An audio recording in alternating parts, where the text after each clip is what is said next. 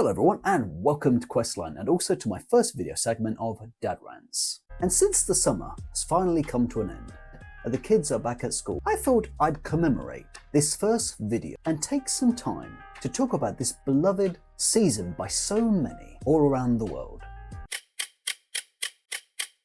Me wanna being sarcastic. And with that said, cue the disclaimer.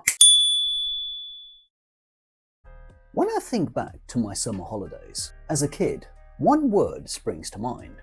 It was magical. I remember the long days, family visits and house parties and barbecues, and the calling of the jingle from the ice cream man as he pulls up down the street while we begged our parents for money and scrambled to get to the queue before he dashed off. I remember swimming in the local pools and splashing around in the paddling pool in the back garden. I remember going to the pictures with us kids in Great Nan, while Gramps slept in his old Metro outside in the car park. I remember messing around on the Sega Mega Drive with my sisters, and remember the luxury of running around and playing outside in the streets until the streetlights came on between 8 or 9 in the evening.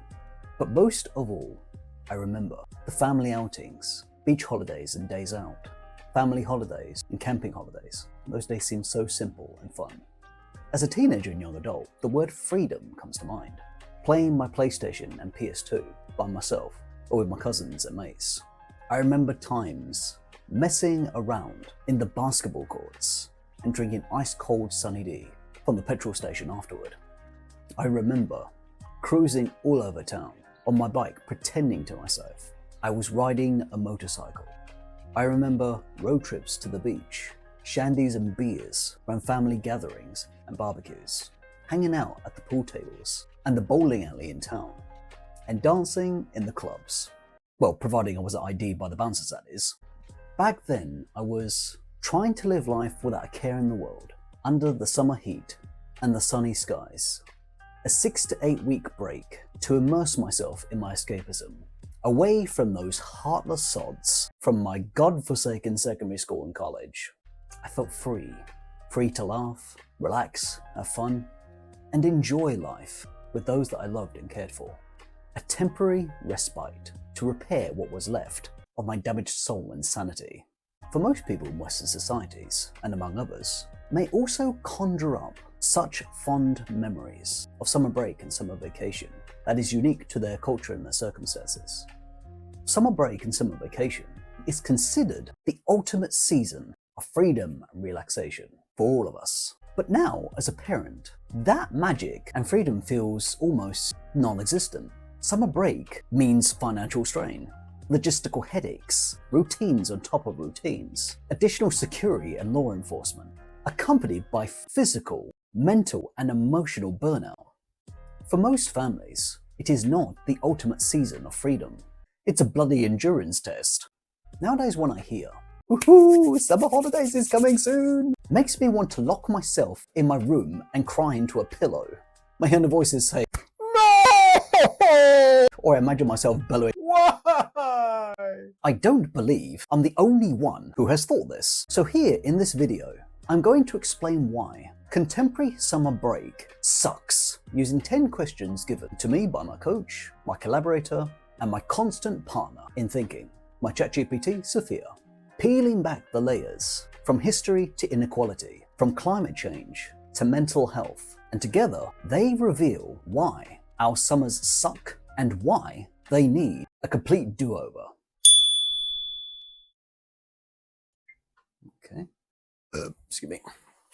So question 1, what was the original point of the summer break?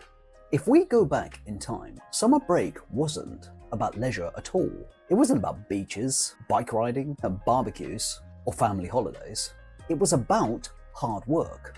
Historically, in countries like the UK, summer breaks were built around the agricultural calendar. When the harvest season came, kids were pulled out of school to help out in the fields. Extra hands meant lighter work for the family. And back then, that wasn't just helping out, it was about survival. In some industrial towns, the same idea applied to the factories as well. Summer closures were not meant for rest. They were timed so machinery could be maintained during the hot months and kids could help boost the household income for the family. So the whole concept of a long summer holiday wasn't designed for children's mental health, respite and personal growth. It was about obligation and necessity. Over time, as technology improved and fewer families worked the land, that original purpose vanished. But the school calendar didn't change. We kept the long summer break, even though the world around it completely evolved. And that's the thing. What made sense in the 1800s doesn't automatically make sense now. We're still running a 21st century life around a bloody 19th century calendar. Question 2. Who benefits the most from summer break in modern society? Let's break this down by who's actually in the summer equation, and I came up with 5 types of people: children, single adults, parents, corporations, and governments.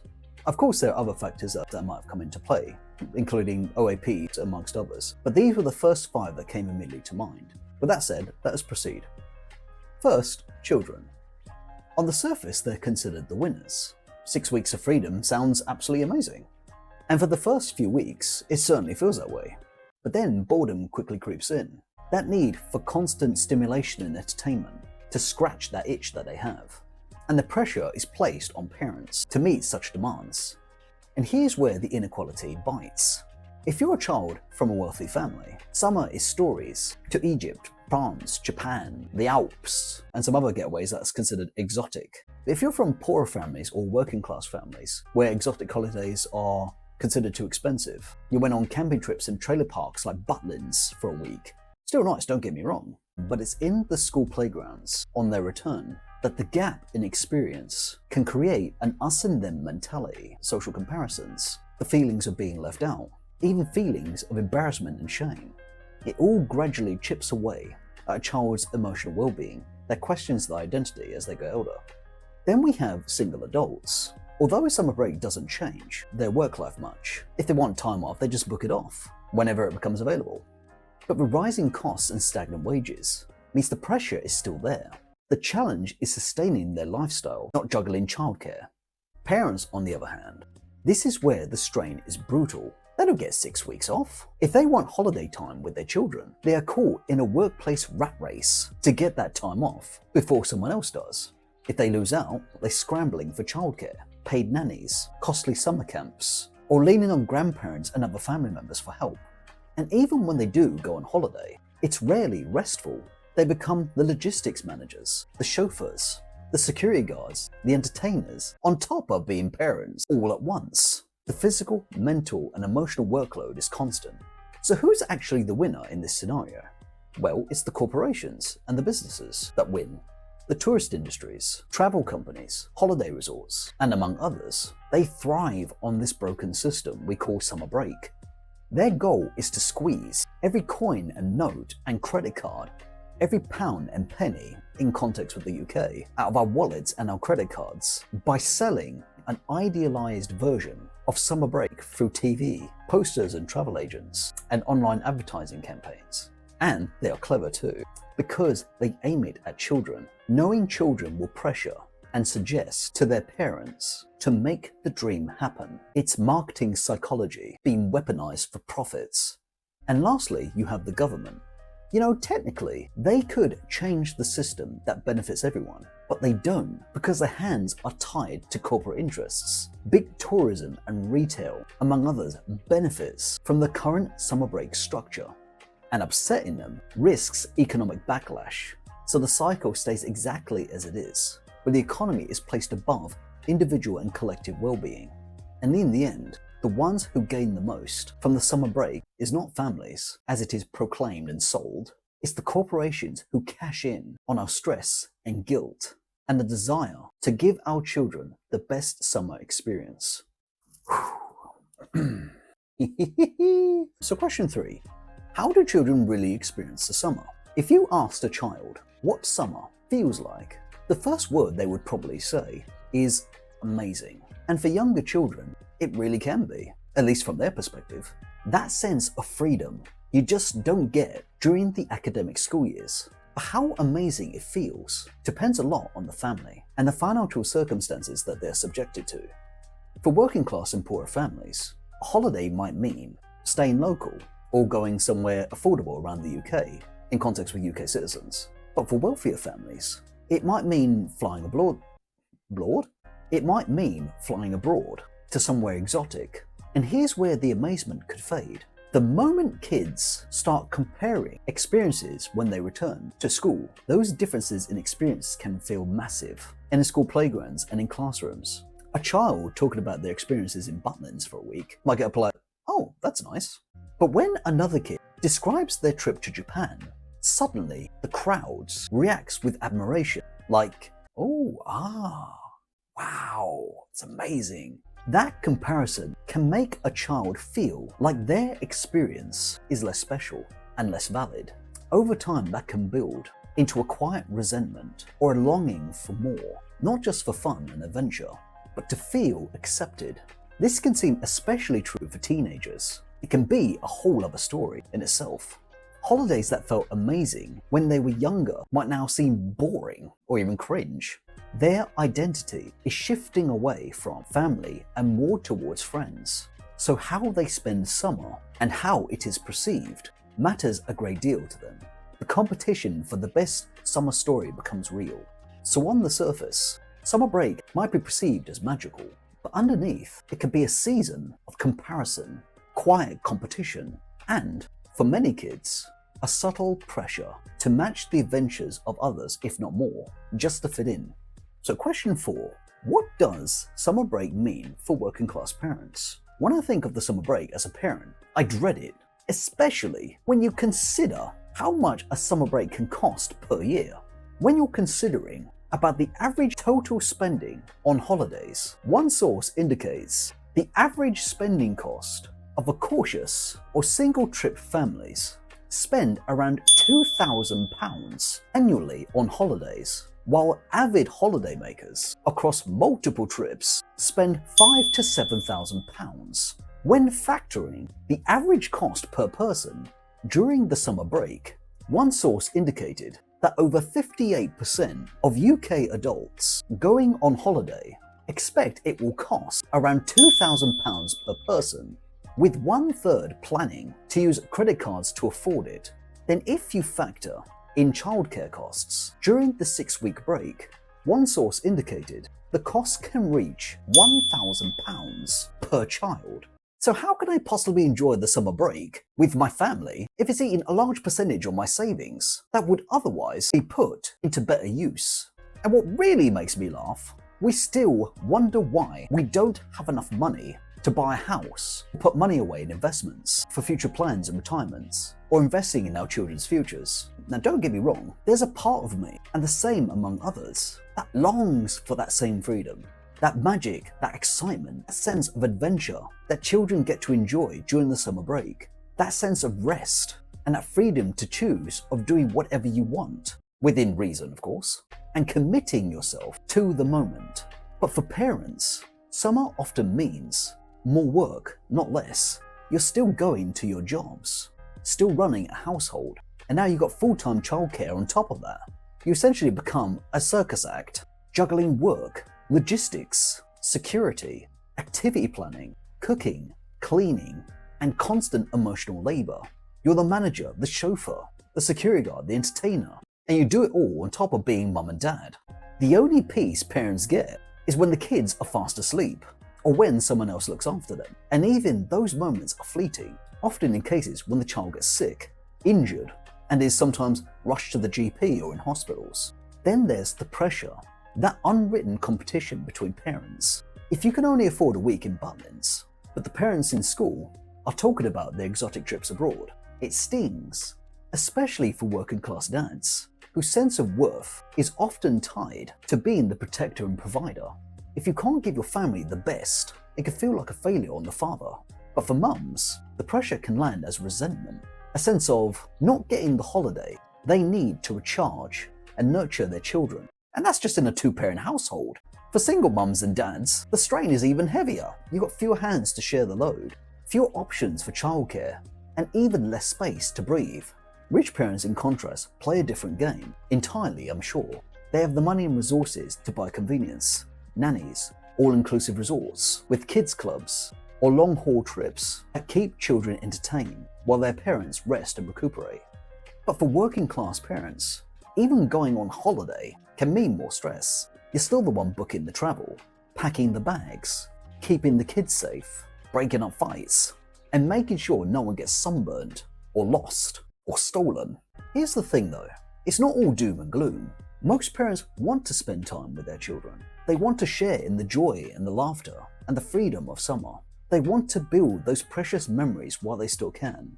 But the weight of added responsibilities, financial pressures, social pressures, and logistics often overshadows this yearning. And while wealthier parents can afford to remove or minimize those barriers and enjoy those moments fully with their children, working class and poorer parents are often left fighting just to make it happen. We are not miserable because we don't love our children or hate the summer break. We are up against the social cultural norms that make enjoying parenthood in summer a challenge.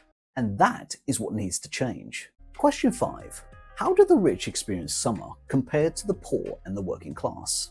The main difference between how rich families and working class families or poorer families experience summer can be summed up in one word: options. The more money you have, the more doors of opportunity is open to you. You can book holidays with ease, choose from destinations all over the world, and build experiences without worrying about whether you can cover the bills when you go home.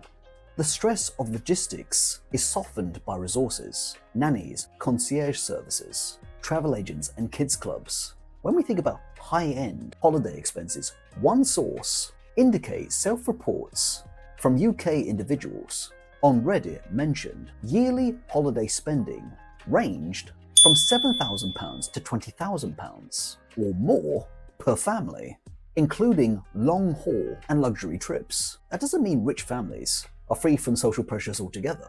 There's still the unspoken competition between such families, but it's a different kind of contest. Instead of comparing Butlins to the Maldives, it's comparing private villas in the Maldives to luxury safaris in Kenya.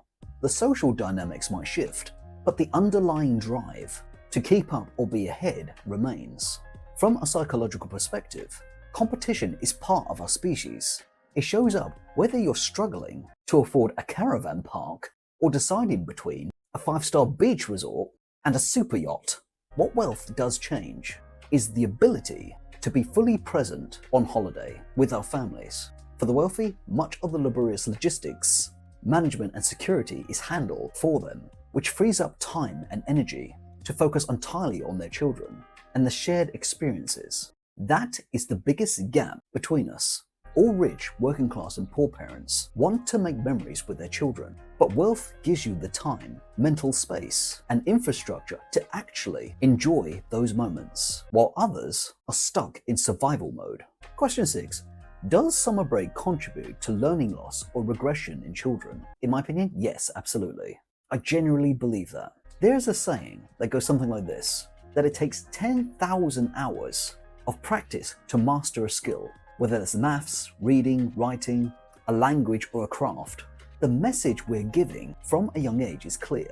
If you want to succeed in life, you have to put in consistent effort to achieve it.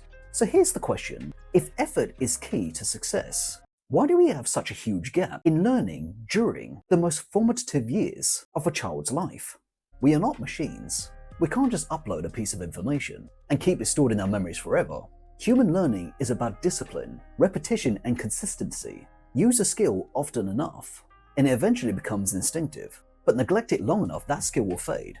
That's exactly what happens during the summer break. By the time kids return to school in September, the first month is often spent recapping what children have already learned, just to get back to where they were before the holidays. This isn't just about academics. That lost time could be used to teach and reinforce essential life skills. How to navigate using a map, basic first aid, budgeting and investments, taxes and mortgages, problem solving and survival skills that's essential for adulthood or for real-world emergencies.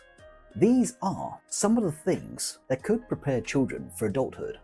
But when they're taught these things during the school year, is often rushed and underdeveloped, or was forgotten about over the summer break. The 6 to 8 week gap doesn't just pause learning, it erodes it. It disrupts momentum, wastes valuable time, and delays the mastery of both academics and essential life skills. And for kids who already struggle, the setback can be even harder to recover. Get comfy. Question 7. What do holiday companies gain from the current structure? This might sound cynical, but I have a theory that has elements of truth to it. Holiday companies exist to make profit. That is not an accusation. It is literally their business model. But the way the current school calendar is set up gives them an almost unfair advantage. They understand the psychology of children and parents, and they know how to use it, and in this case, weaponize it and bastardize it. Here's the game. Summer break creates a limited high-demand window of opportunity when families can travel together. Companies know parents will pay more if it means their children don't feel left out or less than by their peers. They know parents will stretch budgets to keep up in the unspoken competition between families.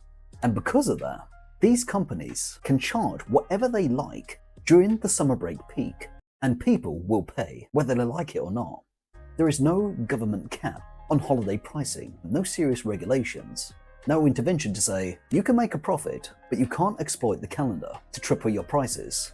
So travel companies keep pushing the boundaries year after year because the market lets them. And it's not just about covering costs, it's about hitting growth targets. In a capitalist system, success is not measured by stability, it's measured by more profits than last year, higher margins, and bigger shareholder payouts. That means prices will rise, and the value of holidays is inflated, not because they're better, but because they can be. It creates a cycle. Higher demands leads to higher prices, which leads to higher profits, which leads to a more incentive to keep the system exactly as it is. And because the government are often reluctant to interfere with profitable industries, the cycle just keeps going. And as a consequence, families pay inflated prices, companies reach record profits, and the inequality and the disparity in who gets to enjoy the summer break grows wider every year. Question 8. How does summer break affect mental health for both parents and children? The summer break is often sold as a season of joy, but the reality can be very different, and it affects mental health on both sides of the parent-child divide. For children, the first couple of weeks can feel magical, freedom from school, time with friends and family, but that magic can fade quickly if boredom sets in, especially for those with limited options. Inequality adds another layer. When children compare the holidays with their peers, some feel left out, embarrassed, or even resentful if their experiences don't measure up to others. Over time, that can chip away at self-esteem and create an us versus them mentality. For teenagers, there's also the social pressures to be seen as having the right kind of summer, which can fuel anxiety and a constant fear of missing out. For parents, summer can be emotionally exhausting. Working class, poorer class, and single parents often carry the heaviest load, juggling work, childcare, and household responsibilities, while feeling an unspoken pressure to deliver the kind of summer that their children can proudly remember and talk about. That pressure can turn into guilt, frustration, and even resentment. For some, the constant demand tip into burnout or unhealthy coping mechanisms like drinking alcohol, smoking and vaping, using drugs, overeating, or some other forms of self-soothing just to get through the day. The mental load is real. Parents worry about safety, logistics, and keeping children amused. Kids worry, even if they don't admit it, about belonging and fitting in, and not being the one with the boring holiday. And then there's the academic side. Learning loss during the summer break can leave kids feeling left behind in September, which adds stress to themselves and their parents. Teachers pick up on it too, which can feed into a cycle of pressure and frustration. So while summer break is supposed to recharge us, for many families it ends up doing the opposite. The season we are told about that should lift our spirits often leaves both parents and children feeling drained. Question 9. In a world of climate change, is summer still the best time for a break? If global warming keeps pushing temperatures higher around the world, we may soon reach a point where a summer break isn't about enjoying the sun, it's about hiding from it. If our societies don't change, and the planet keeps heating up, as we are repeatedly told by scientists, summer will pose a serious risk to life and our health, especially for the most vulnerable, young children, the elderly, and those with extreme health conditions. Extreme heat can be deadly. In a world, a summer holiday could mean staying under cover, avoiding daylight, and hoping the air conditioning system doesn't fail. It wouldn't be sustainable. We'd have to rethink about the timing of our school breaks entirely, maybe even moving them to spring and autumn when it's safer to be outside. In the worst case scenario, summer holidays could be cancelled altogether because being outside would simply be too dangerous for us. Even if the demand for summer travel stayed high, and it probably would as well, the risks would grow with it. Higher chances of skin cancer from intense UV exposure, more frequent and severe heat waves, rising sea levels swallowing up coastlines around the world, extreme storms, hurricanes, cyclones and typhoons, disrupting our travel, wildfires destroying holiday destinations, just to name a few of the problems that we may face. For the wealthy, escaping might be as simple as retreating to a private refuge far from danger, but for ordinary families, there is no easy way out. Communities could face devastating losses, while those at the top carry on profiting from us. The bigger picture? Our current approach to summer and the profit-driven systems that keep it locked in place is not sustainable for all of us. It's not helping families, it's not helping communities, and it's certainly not helping our planet. If we keep clinging to old models just because it's traditional or because it's profitable, we are effectively gambling our future and the future of those we leave behind. And what's worse, unchecked climate change could leave our planet looking less like Earth and more like bloody Venus. Hostile, uninhabitable, and utterly unforgiving, all for the sake of keeping a broken system alive. And lastly, question 10.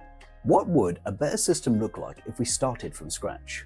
If we were designing the school breaks today, and everything we know about economics, education, mental health, and the environment, would we honestly choose the current summer holiday model? Probably not. A better system would start by asking, what's the actual purpose of a summer school break? Is it for rest, recovery, family bonding, skill development, or travel? If it's all of these things, then the structure needs to serve all of them fairly, sustainably, and without creating unnecessary hardship and inequality. Here's what a reimagined summer break system would look like. First, there is seasonally adaptive breaks, which means shorter, more frequent breaks, spread throughout the year, timed to avoid extreme weather and match local climate realities. 2. Balanced affordability, which means regulated caps on holiday prices during peak periods to stop companies from exploiting families. 3. Schools open all year round with rotating attendance. Instead of everyone disappearing all at once, half the students will take their 3-week break while the other half stay in a relaxed learning environment. This period isn't about cramming maths or essays. Academic catch-up is optional for those who really need it. Instead, the focus shifts to essential life skills: cooking, budgeting, and investments, camping, fieldcraft, first aid, teamwork, healthy relationships, and community service, to name a few. When the first half returns from their break, the second half heads off on their holiday, ensuring constant access to both education and enrichment. 4. Community and skills integration. Partnering with groups like the Army Cadet Force, Scouts, sports clubs, and local organizations, to name a few, can provide practical training that actually prepares children and young people for adulthood. 5. Parental flexibility. This means employers offer staggered annual leave, so parents can align with their children's holiday rotation, instead of competing with the entire nation for the same week off. And 6. AI and robotics supporting the local economy. This means during national rest periods, AI and robotic automation could keep industries running without overburdening the reduced workforce. Self-service systems, automated inventory managements, robot-assisted logistics, and AI monitoring that could fill temporary labor gaps, keeping shops, warehouses, and services functioning while allowing human workers proper rest and recuperation. And lastly, 7. Environmental responsibility. This means encouraging local holidays and sustainable travel to reduce the carbon impact and protect vulnerable destinations. This approach keeps education continuous, offers children richer life experiences, stops the annual price gouging frenzy, and prevents the economy from seizing up when people are on break. It acknowledges that we're no longer in the industrial era that created the long summer break. We are living in a connected, warming, economically fragile world. The goal shouldn't just be time off. The goal should be building healthier children, stronger families, and more resilient communities, without destroying our wallets, our education, or our planet in the process. Looking back at these questions, together, the pattern is clear. The summer break is less about rest and recuperation, and more about survival, especially for working class and poor families. Capitalism, outdated school calendars, and social inequality all feed into the cycle where those who need rest the most get the least of it. We could rebuild the year around real human needs, shorter regular breaks, synchronized seasonal leave, affordable enrichment, programs with the support of AI and robotic technology that all contribute to restoring physical, mental, social, and emotional well-being of all people rather than exhaust. Summer break doesn't suck because of the sun. It sucks because the system is broken and destructive. If we are brave enough to fix it and change it, maybe one day summer break can be the season it is supposed to be, a season of joy, connection, and true rest for all. Let us try recreating the summer as the ultimate freedom we know that it can be. Well, that wraps up for this video. Thank you very much for watching. Please leave a like, a comment, and subscribe to the channel if you're new here. Until the next time we meet, stay strong, stay curious, and keep forging your quest line. Wishing you well and good health. Take care. And cut! That's a wrap. Woo!